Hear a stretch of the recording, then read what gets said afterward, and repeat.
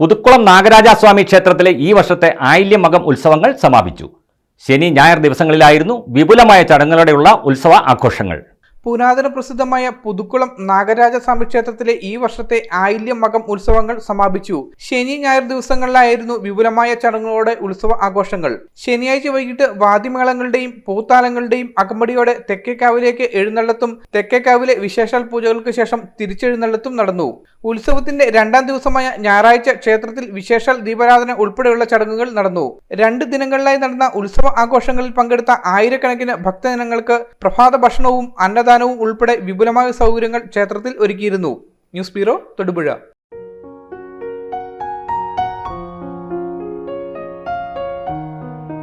ശുചിത്വമായ സാഹചര്യങ്ങളിൽ വൃത്തിയോടും ശ്രദ്ധയോടും കൂടി ഗുണനിലവാരമുള്ള കൊപ്ര മാത്രം ഉപയോഗിച്ച് ചക്കിലാട്ടിയ നല്ല നാടൻ വെളിച്ചെണ്ണ.